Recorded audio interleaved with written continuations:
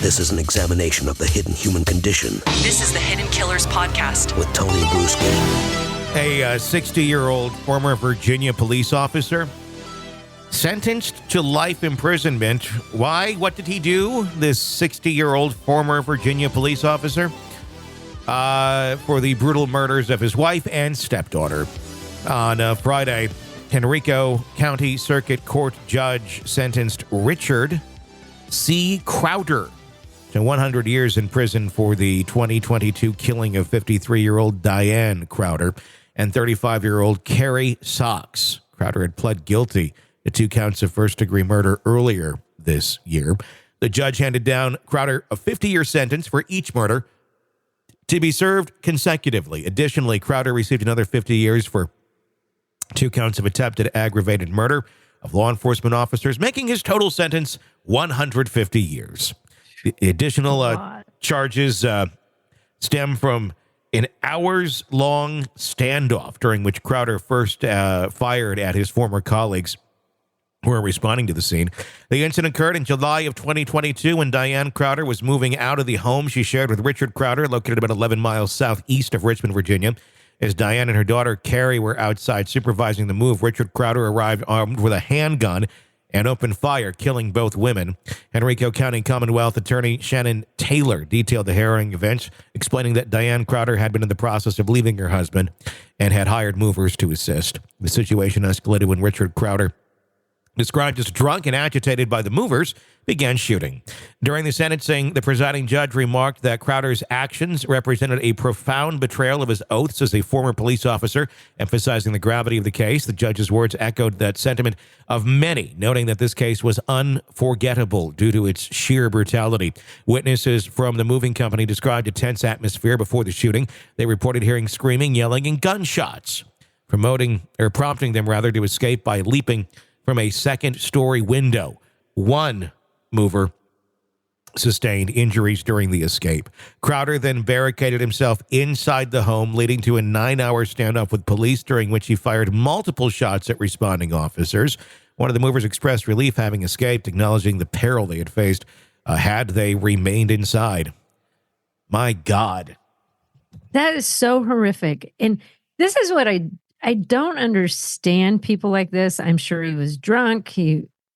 There's a good reason why she was moving out, because I imagine her life had been hell if this is the way he reacted. Yeah. But to kill her and her daughter and give up the rest of your life, when you could have just said, this is not what I want. I'm upset about this. I better get in some counseling or try to work this out, try to do better. But instead, he gets a gun and kills him. Yeah. Like, what did you get from that? Yeah. You're going to spend the rest of your life in jail. And he was a police officer, so he should know. Like, that is... So is it because he's just such an extreme, like, if I can't have her, nobody will, and I don't care that I'm a police officer? I think that's kind of probably it. It's probably a control thing, and someone who can't handle not having control, and this is, sometimes how it ends up with personalities like that. But if I can't have her, no one will, and I'll be in prison for the rest of my life. Yeah, like 150 years. That guy ain't getting out. No, and that's good. And he's firing at the guys he used to work with. Yeah. Like, that's how bad this got. I'd be really curious to know what kind of a guy he was prior to this. Because I don't know. I mean, unless this was some sort of psychotic break, maybe it was. I'm going to guess if it wasn't, this guy has a history of issues. And there's a reason his wife was leaving him. Yeah.